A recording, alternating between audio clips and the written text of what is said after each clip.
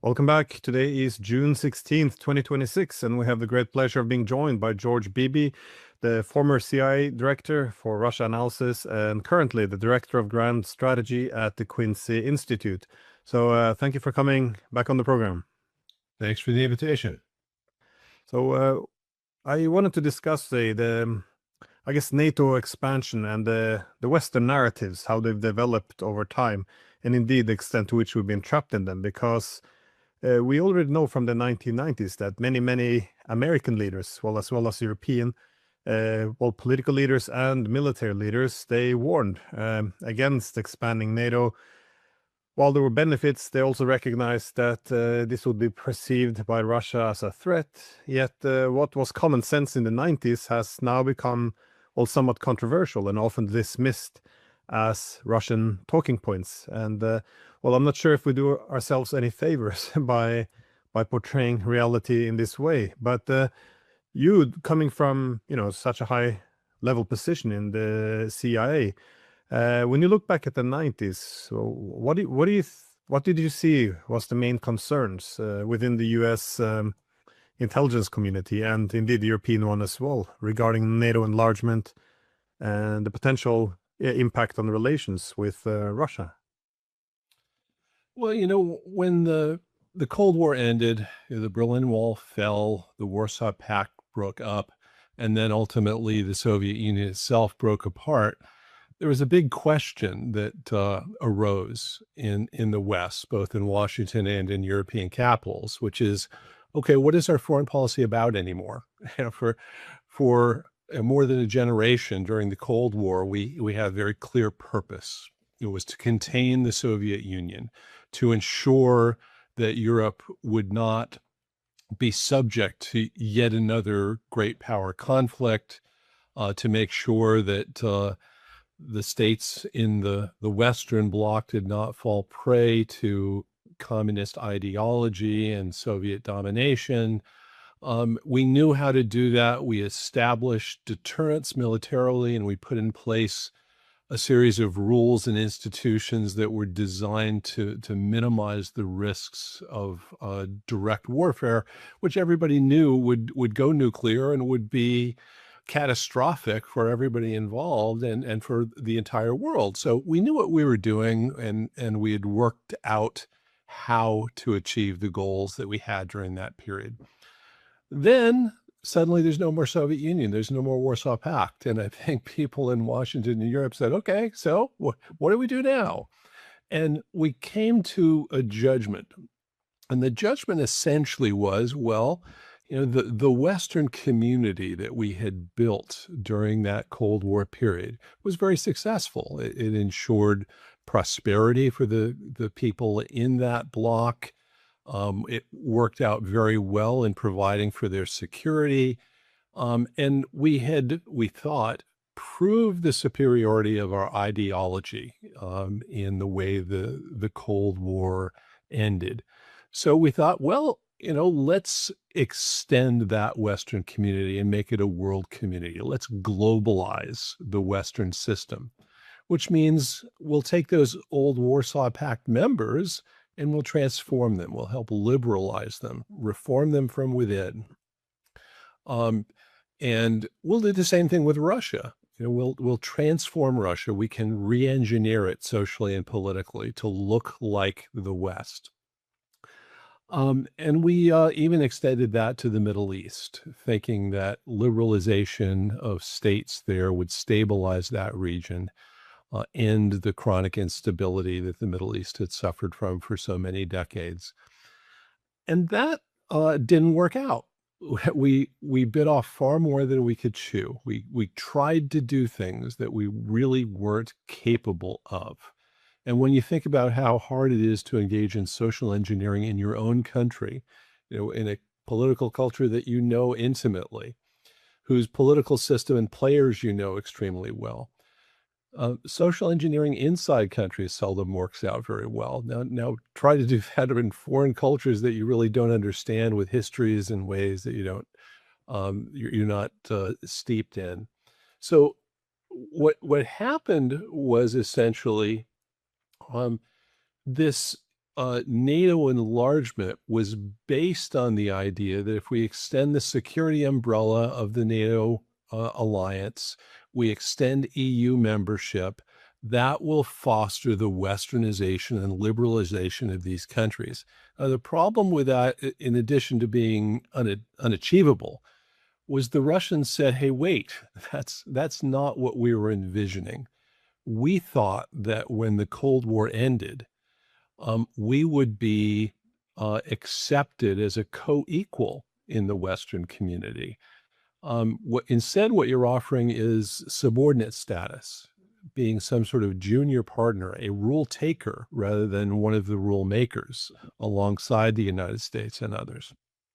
We don't see a role for us in this expanded European community that you're building. We have no say in how that operates. We're simply supposed to do what we're told. And on top of that, we're supposed to accept a NATO military presence on our borders. That's not a deal that we're willing to accept. Those terms are not attractive for Russia. Now, the people in Washington and to, I think, a great degree in Europe that had developed years and years of expertise in the Soviet Union, that understood that system, that were vital to containment and the rules of the game that we put in place so successfully during the Cold War. Almost all of them said, wait a minute, if you're going to start expanding NATO and bringing it closer and closer to Russian borders, there's going to be a reaction. The Russians are going to feel threatened. They're going to feel as if they're being surrounded and treated as the other rather than as a part of a broader Europe. And that reaction is going to be more and more intense the closer the NATO alliance gets to Russian borders. So in the mid 1990s, when this issue was under discussion in Washington, it was basically a case where most of the Russia experts at that time said this is crazy to try to expand NATO. But what was regarded as completely unthinkable at that time, this is 1994, 1995, 1996, was the notion that you would go beyond some of the Warsaw Pact nations and bring core elements of the former Soviet Union into NATO, such as Ukraine. That was unthinkable among the people who were the Russia experts at that time. And it's remarkable now in retrospect for me to think back at the discussions that were taking place in Washington at that time and just how completely unimaginable it was then to think that we would be trying to bring NATO into Ukraine or Ukraine into NATO. And now this seems to be, conventional wisdom. Of course, Ukraine has the right to choose its military allies. Of course, the host nation can choose what military forces it wants to host on its territory. This is almost a sacred principle that no one is questioning. And I think it's really at the root of the conflict that we've got right now. And understanding these dynamics are critical, not because they justify a Russian invasion of Ukraine. It's not a justifiable invasion. It's illegal, shouldn't have happened. And there's no question that the Russians made the decision to invade and should be held accountable for that. But to argue that it was completely unprovoked, Putin woke up one morning and said, yeah, I really would like to have Ukraine as part of my country, I think is ignoring the history and the dynamics that shaped this decision.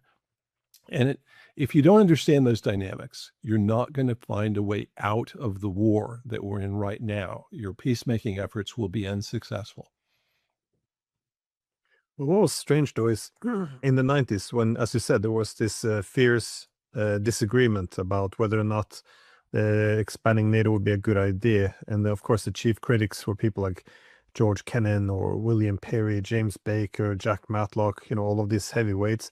But it seemed that once the decision had been made, this very polarizing issue suddenly, they seemed like they essentially accepted this is the new situation on the ground. This is let's all just organize around the narrative that this was unproblematic. Well, to some extent, because by the time we reached 2008, when the issue of NATO going to Ukraine and Georgia, then you still had some very fierce opposition. That is, well, less fierce perhaps from people like former CIA director Robert Gates, but you had those what was the WikiLeaks from William Burns, when he made the point that, well, if you try to pull Ukraine into NATO, we're going to have a civil war and probably a Russian intervention, which the Russians do not want to do, but which they would feel compelled to do. So apparently there was already, even up to 2008, there was a recognition that this would be quite mad.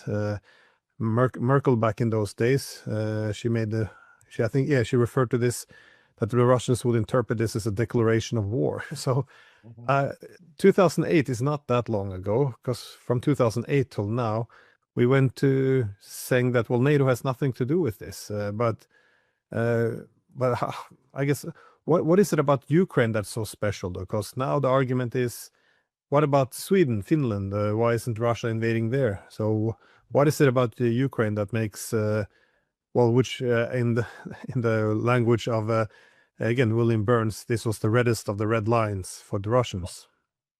Right. And Bill Burns' cable was not just something that came out in WikiLeaks. He published it in his book. He actually got that cable declassified and is out there in public for anyone to read. And the title of that cable was "Niet Means Niet." And he essentially said, look, there is no one across the Russian political spectrum from the far left to the far right that believes that Ukrainian membership in NATO is something that Russia can tolerate. They will react. And that proved absolutely accurate. Now, the question you're asking is, how did we get to the point where there was real recognition, at least among parts of the Western political community, that this was a problematic development, to convincing ourselves that NATO enlargement had nothing whatsoever to do about this? Well, I think part of it is that the authors of that enlargement became they became the power brokers in Washington. They reached levels of government where they were making key decisions about American foreign policy, and they're not about to stand up in public and say, yeah, we were wrong, we shouldn't have done that. Their position on this was, look, nothing that we did remotely caused or justified the Russian invasion. They're not going to take responsibility for that. That's the first part of this. Another part is that a new generation of Russia experts arose in the West. These are people who did not get their training and education in what I would call classic realpolitik, balance of power foreign policies. These were people that went to graduate school during a period when we all thought we could transform these countries. We could hasten their transition from communist totalitarianism and authoritarianism to liberal market democracies. And a lot of the curriculum in major Russia studies programs focused on this transition. So you didn't have to know about geopolitics on all of this. The geopolitics take care of themselves. Russia will change. It will become like us. And democratic peace theory would then ensure that there would be harmony in the international system, because liberal democracies don't go to war with one another. Problem solved. You don't have to worry about the kinds of things that actually resulted in conflict over Ukraine's geopolitical orientation. Um, so there's a combination of not wanting to accept responsibility for what happened and a changing of the guard within the Russia expert community in the West, where you had a bunch of people come to the fore that didn't really understand the kinds of foreign policies that were vital to containment. These were people who were ideological, who believed that foreign policy flows almost exclusively from the nature of the internal system of the country that you're dealing with. Geography and balance of power had little to do with behavior. So they didn't get it, I think is the short answer to all of this. And the old generation kind of, faded away. People get old. Henry Kissinger and George Shultz and George Kennan pass on. And the baton has been handed to a community of experts that have a much different kind of expertise on Russia than in the past. And that's a part of this. Yeah, no, that's interesting though. More than 3 decades of political class emerging, which has essentially embraced this idea that relations with Russia should be seen in the framework of a teacher and a student, that is to socialize or transform them. I think in this climate, the social constructivists really taken over. And this is what I also noticed, that if you make the point that, well, the Russians always perceived NATO expansion after the Cold War as a major threat because it redivided the continent. It's one can point to a sea of evidence, yet there's no interest in this. It's always the assumption that, well, if you recognize that this is a threat to Russia, that means you're giving legitimacy to the Russian position, and then it is considered to be pro-Russian, and so then it has to be dismissed. It's very strange. Well, it also it attacks the raison d'etre, so to speak, of Europe post-Cold War. What did Europe become? It did not become a geopolitical actor. It can't be a geopolitical actor because it expanded its membership to the point where it's become paralyzed. Different members of the European Union have much different interests, particularly as they relate to Russia. So it's very hard for them to act as a coherent geopolitical actor. What Europe has become is a regulatory superpower bent on expanding its values, transmitting them, this notion that Europe ought to be about liberalizing countries outside of Europe, and expanding that Western community has become a core purpose of the European Union. And so if Russia comes in and says, yeah, no, what you're doing actually threatens our vital interests, and we're going to go to war to prevent the continuation of what you've been doing, that causes Europe to actually face an existential question. What's our purpose? What are we about? What's our role in the world? And the one that they thought they had settled on after the end of the Cold War is not viable. So what do you do under those circumstances? That's the dilemma that the Europeans are facing right now. It's part of the reason why they don't want to see this war settled, because a compromise end to the war in Ukraine will force them to address that question. It will force them to acknowledge that the vision that they've had for more than 30 years is bankrupt.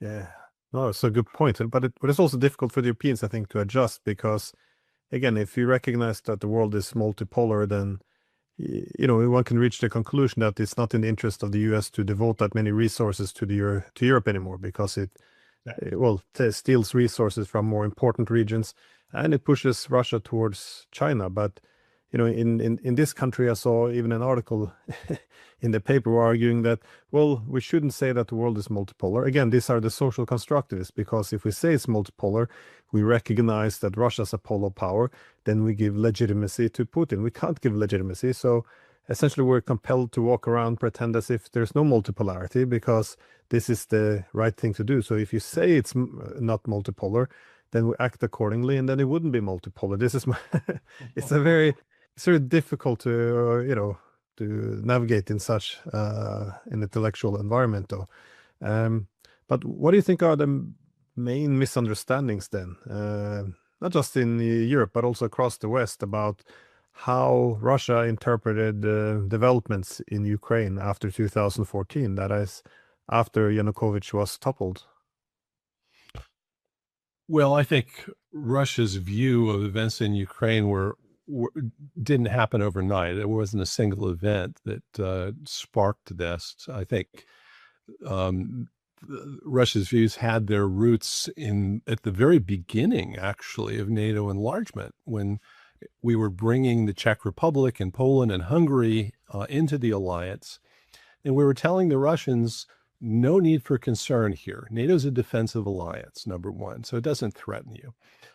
Number two, all of these countries, when they come into NATO, they'll feel more secure, more confident, and they'll be able to deal with Russia with much less hostility because they won't feel fearful. They won't feel threatened by Russia. You'll have better relations with them. I think the Russians looked at this and said, okay, now what happened within a few weeks after Hungary, the Czech Republic, and Poland joined the alliance? What happened was the Kosovo War, in which NATO actually was a player in this. NATO chose to intervene in Serbia against the Serbs. Why? Not because the Serbs had attacked NATO. They had not. And Serbia was out of area for NATO. It went beyond its borders to take action against another country that had not attacked NATO for things that happened inside of Serbia. A minority Muslim separatist movement had come under attack by the central government, and NATO said this will not stand. But it didn't get UN Security Council authorization for this, and it wasn't attacked. So under international law, this was an illegal act. And the Russians came to us at the time and said, okay, you told us NATO was defensive. You told us we don't have to worry about NATO attacking Russia. What is the guarantee that NATO wouldn't do something like that inside Russia? For example, in retaliation for things that Moscow is doing against Chechnya, a Muslim separatist conflict. And the answer that we provided to the Russians at the time was, well, of course we wouldn't do that in Russia. Russia has nuclear weapons. Now, ironically enough, the Russians said, aha, right. It's not NATO that guarantees our security, or the nature of NATO. NATO could, in fact, do this sort of thing. It's our own ability to fight back and deter militarily that protects our security. So having drawn that lesson from Kosovo, the Russians then looked at what NATO did in 2008 at the Bucharest summit, announcing that Ukraine and Georgia would one day be part of the NATO alliance. At a time, by the way, when public opinion in Ukraine was not in favor of joining NATO. The majority of Ukrainians in 2008 did not favor joining the NATO alliance. Now, obviously, things have changed a lot since then, but at the time we said that Ukraine was going to join, the United States was actually pulling pretty hard to get Ukraine and Georgia to come into the alliance. And the Russians looked at that and said, wait a minute, this is getting into the heart of Russia's geopolitically sensitive areas. Russia's been invaded many times from the West, going through where? Ukrainian territory. There's a painful history there. And there's an awful lot of intermixing between Ukrainian and Russian families. There are cultural, religious, linguistic ties, a lot of trade going on there, intermixing of economies. This is extremely sensitive territory, and the Russians reacted to this very strongly. Now, Those that say, hey, the Russians are overreacting, they're paranoid. There was no prospect that Ukraine was going to be a part of the NATO alliance anytime soon. The Russians didn't have to invade. This is a pretext. My reaction to that is, well, there is certainly no doubt that Ukraine was not on the brink of formally joining the alliance, but Ukraine was being NATOized. The links between NATO militaries and Ukraine in training and equipment and standardization, operating procedures, intelligence cooperation were all deepening. And I think the Russians, with some justification, looked at that process and said to themselves, if those trends continue 5-10 years from now, Ukraine will be so thoroughly enmeshed with NATO that Russia won't have a military option to prevent formal entry into the NATO alliance, unless Russia is willing to go to war, not just with Ukraine, but with NATO itself.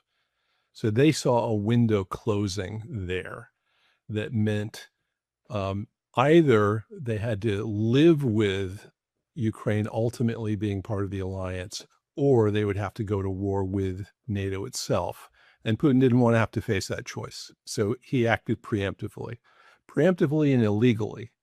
But this was certainly not the case, that there was no cause for this other than Putin's own imperialist desires. I think it's a far more complex situation than that.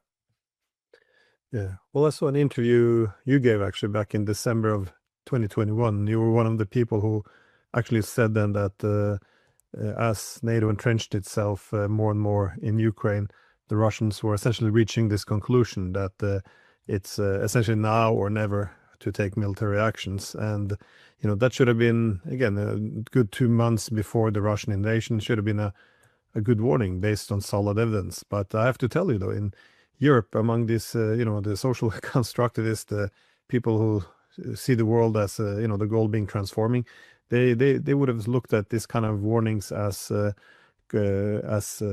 essentially undermining what NATO is. That is, we don't talk about it being a threat because then we legitimize it being seen as a threat. So all of these cold warnings were essentially, thrown away, I think, a bit. Right. Well, and I think NATO and Europe more broadly regarded the open door as critical.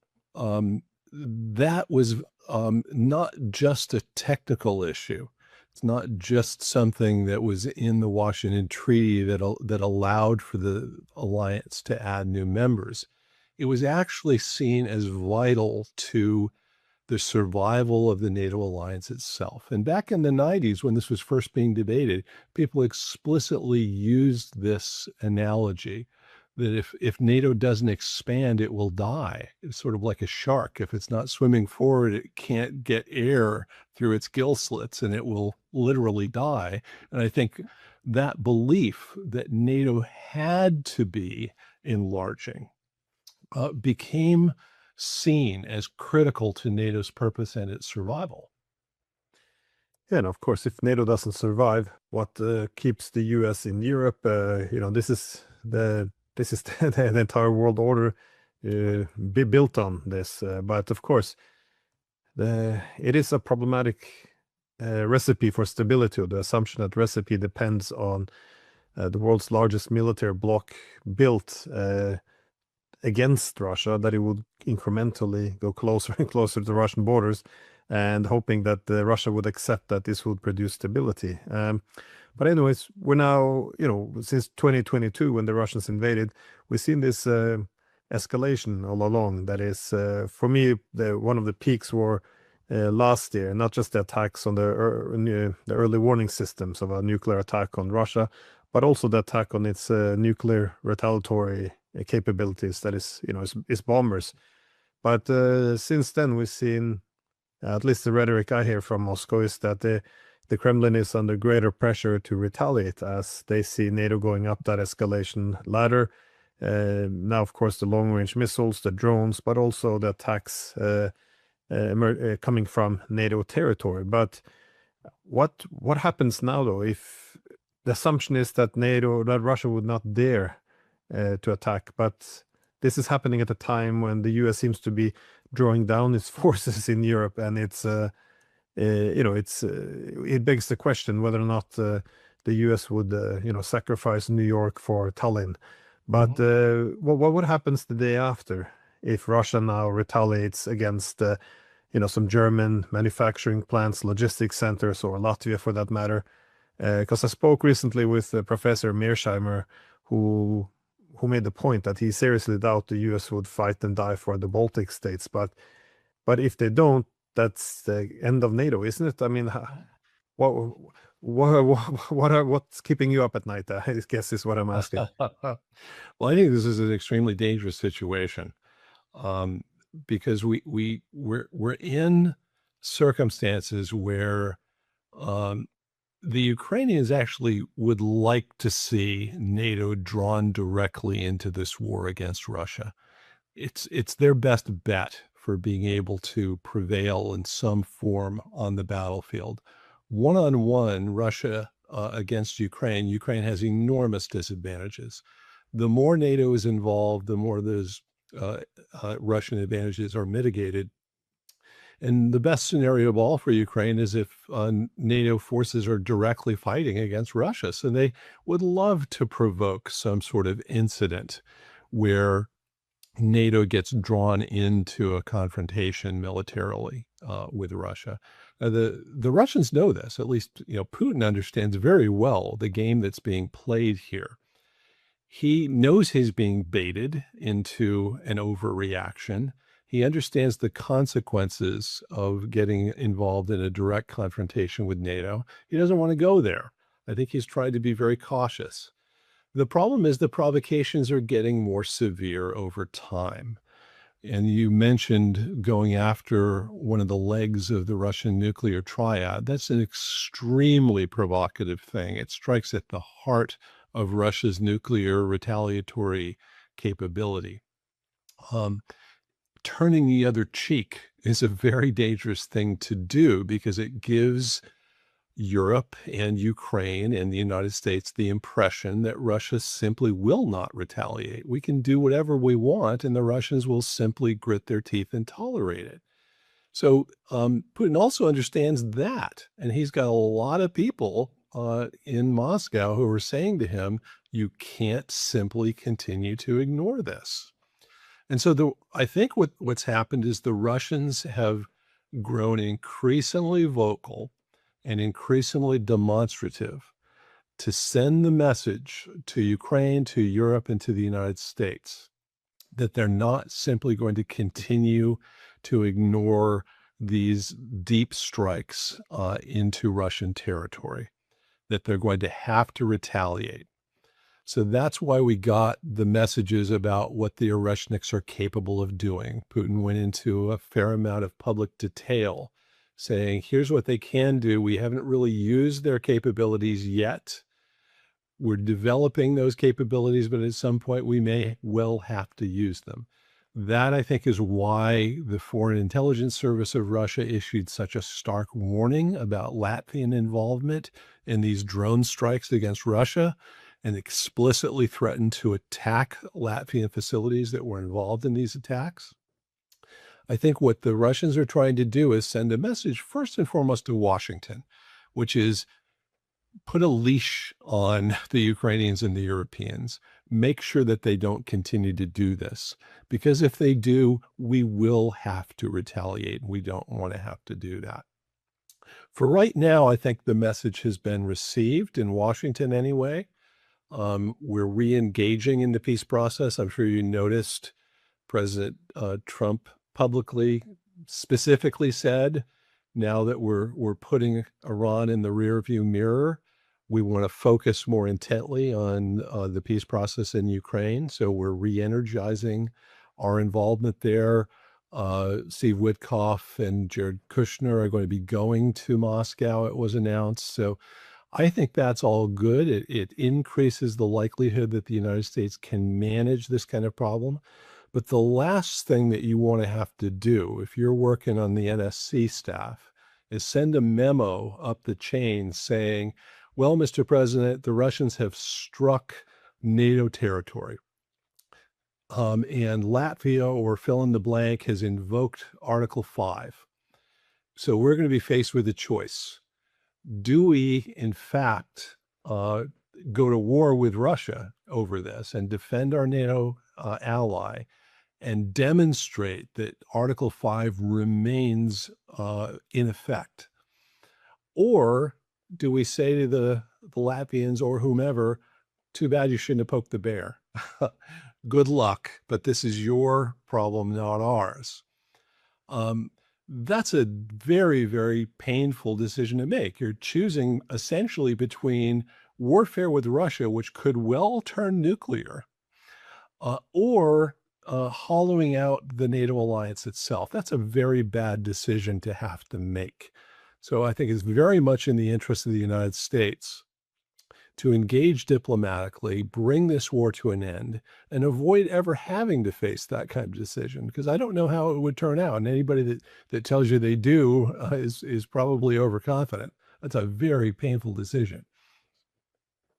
I agree. It just seems like the pathway to war now is charted very clearly. That is, well, for example, I assume that the drone attacks on Russia through Baltic territory, I assume that for example, the Germans may have a hand in this. And now that we heard this stern warning that the Russians might retaliate against the Baltic states, we saw this, statement from the head of the German armed forces that, well, if you strike the Baltic, well, if Russia strikes the Baltic states, then we're gonna hit the Kaliningrad or Moscow or something like this. I mean, if this is the case, if the Germans are bombing Kaliningrad with its, million citizens, it's not hard to imagine how few steps that would be away from nuclear retaliation from Russia. I mean, this is its legal documents would approve this in a second, I think. So it's just my understanding is that Kaliningrad has more tactical nuclear weapons stored on its territory than probably any other place on Earth, on a per square kilometer basis. If you attack Kaliningrad, you automatically cross into the nuclear threshold. You're involved in a nuclear war. So, we are very, very close to that kind of situation right now. But the irony in all of this is that a lot of people in the West have lost their fear of nuclear war, and that's a problem. The fear of nuclear war has a deterrent effect on both sides. It brings sobriety to decisions that isn't there if you really think, well, that's just not possible. That was a threat during the Cold War, but we've been there, we've done that, we've turned the page. We're not going to get into a nuclear war now. We don't have to worry about that. The real fear should not be of nuclear war. The fear should be the fear of nuclear war. We can't allow ourselves to be scared into submission with the Russians. It's a very different psychological climate that we're in right now than we were for almost the entire nuclear period, when everybody recognized, boy, we really don't want to go into nuclear war. That would not work out well for anybody. And in the West, that we've largely lost that. And that's a problem because the Russians know it. And you have people like Sergei Karaganov, whom you have talked to extensively, saying we have to restore the fear of nuclear war. That's extremely dangerous. Restoring the fear of nuclear war could easily cross into an escalatory spiral that would be catastrophic. So this is very dangerous territory. Yeah, it's this idea that we shouldn't, nuclear deterrence for these people, the ideologues, it translates into nuclear blackmail, which we cannot accept. So essentially, they're dismissing the whole principle of nuclear deterrence, which puts the whole world on its head. But this is the thing, that when they refer to how weakly positioned Kaliningrad is, that it's surrounded by NATO, and they say this with certain joy. I mean, that's not great. You don't want, as you said, the most nuclear armed place on the planet to feel exposed and vulnerable. And it's same as these media reports I see every day with the attacks now on the refinery in Moscow or deep in Russia. Like the news headlines as well as the politicians, they always frame it as, oh, look how humiliated Putin is. But again, why would this be a goal when you have Putin, which is pushing back on the hawks, which are saying time to make the Western powers fear our nuclear weapons again? This is the time you want to humiliate Putin by striking deep in Russia. I mean, none of this makes any sense. It's and again, just as a last question, how do you make sense of now the narratives? Because we appear to now be entering or going back to the narrative that Ukraine is winning. Ukraine is winning. I'm not sure if it's like this in the US now, but in Europe, this is now being accepted that yes, Ukraine turned the tide and now it's winning. I mean, how are you reading, I guess, the narrative war? Well, it's exactly what it is. It's propaganda. It is an effort to try to sustain the course of action toward Russia that has failed since the beginning of this invasion. The idea was we crank up so much pressure on Russia that eventually Russia says uncle, and it says, sorry, we made a mistake. We shouldn't have invaded. We're going to withdraw. We'll never do it again. Please forgive us. And that effort to turn the ruble into rubble, to turn Russian diplomats and politicians into international pariahs, to bring so much pressure militarily on Russia, send so many Russians home in body bags that Putin has no choice but to succumb to the pressure and capitulate. It hasn't worked. And it's not going to work. But this propaganda line that the Ukrainians are now winning, stay the course, don't lose heart, is designed to buy time. The opponents of a settlement oppose a compromise. They want Russia to capitulate. They don't want to, quote unquote, reward aggression in any way. They think that's very dangerous to do. So they think, we just have to continue to turn up the pressure on the Russians, and eventually they will succumb to that pressure. We won't have to give up anything in a settlement. We won't have to compromise anything. And we can end this war on our terms. And it's a fantasy. It's been proved to be a fantasy. Konstantinovka is about to fall. I think that's going to put the lie to this notion that the Ukrainians have turned the tide in this war. And we're going to have to face the reality that if the war is going to end, it's going to have to end in a compromise in which the Russians give up some important things and the West and Ukraine do as well. There's no other way for this war to end unless it's going to escalate or result in Ukraine's essential collapse as a functional state. Yeah, I see some comparison between the war on Iran and the war on Russia. That is, by failing to recognize that the opponent sees this as an existential threat. Well, we can't, because it goes against the narrative of what the war is about. By failing to accept that they see this as an existential threat, well, for good reason, we can't recognize how much pain they're willing to absorb and why capitulation isn't possible. I hear these slogans here in Europe as well. Well, if Russia leaves Ukraine, then the war is over. Well, that's not how they see it in Moscow. If they leave Ukraine, NATO follows into Ukraine.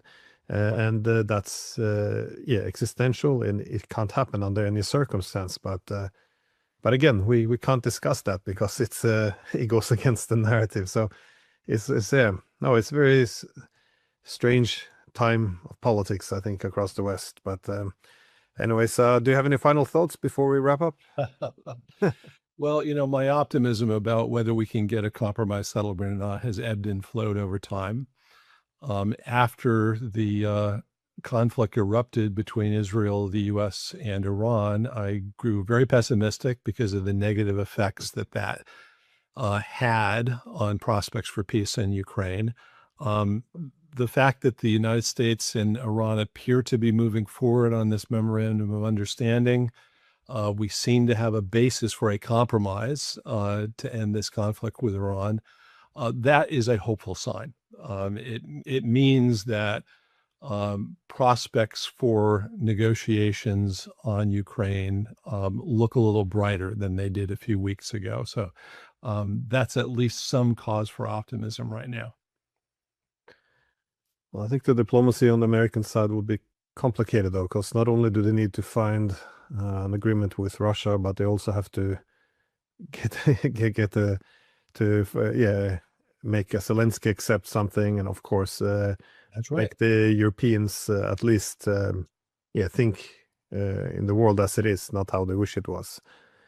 That's So, right. This is really a battle between the Trump administration and the deep state, and that deep state is not just in Washington. It has strong links to the deep state, so to speak, in Europe. They don't want to see this compromise happen. So, question is, can he overcome that resistance? And we will see. I think the next few weeks are going to be um, there's going to be a lot of movement on this issue, and we'll get a better sense of how much progress can be made.